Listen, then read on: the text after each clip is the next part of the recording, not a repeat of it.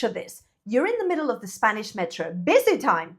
You bump into someone, you drop your phone, you step on their feet. You want to say sorry and you end up saying, lo siento, perdón, disculpa, con permiso, ayuda. Okay, calm down, drama queen. Today we're talking about why lo siento is not always the right way to apologize. Because sometimes instead of sounding polite, you sound like you just ran over someone's grandma. Bit much. First type of apology, lo siento. Lo siento literally means I feel it. So it's for serious apologies. Not always, but semi-serious. For example, lo siento, he perdido a tu perro. I'm sorry, what? I'm sorry, I've lost your dog. ¿Qué?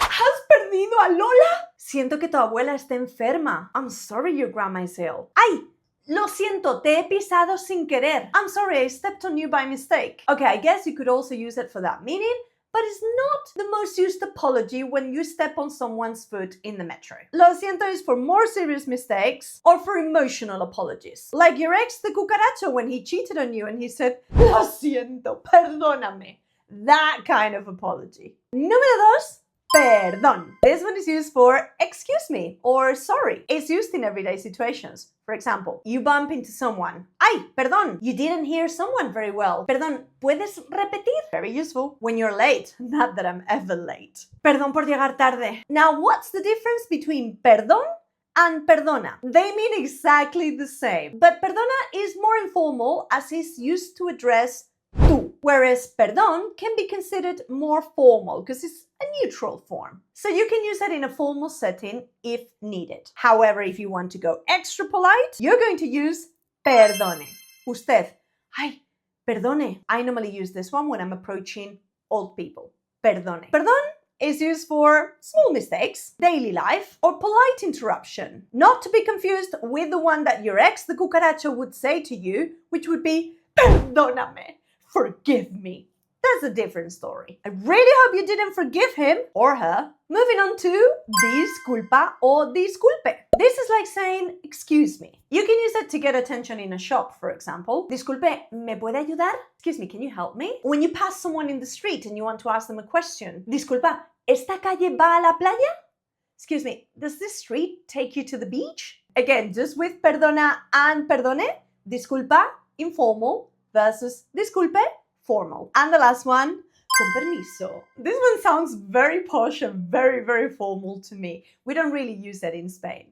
Con permiso. But I love it. It literally means with permission, with your permission. It's used politely to move past people, especially in Latin America. For example, you're on a crowded bus and you're trying to make your way through. Con permiso, con permiso. You've just arrived to the party and you're squeezing through people. Con permiso, que llega la reina de la fiesta. Or sometimes you can say it before doing something. For example, imagine your mom knocking on your door. She wants to come in and she says, voy a entrar, con permiso. Normally they say this as they are midway through your door. The intention is what counts, I guess. La intención es lo que cuenta. So remember, if you're in Latin America and you want to pass through people, you want to say con permiso, and people will kindly move out of your way.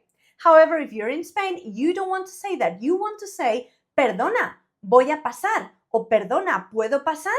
In that case, nobody will move and you will just have to fight your way through the crowds like I did yesterday in Gran Via. What's going on in Madrid lately? It looks like it's Christmas every freaking weekend. Crisis? Crisis my ass. Y yo nunca llego tarde. I'm never late. Bueno, the Spanish late. I'm normally like 15 minutes. Ayer, una hora tarde. ¡Qué vergüenza! Pedí perdón. I did apologize. I said, perdonad.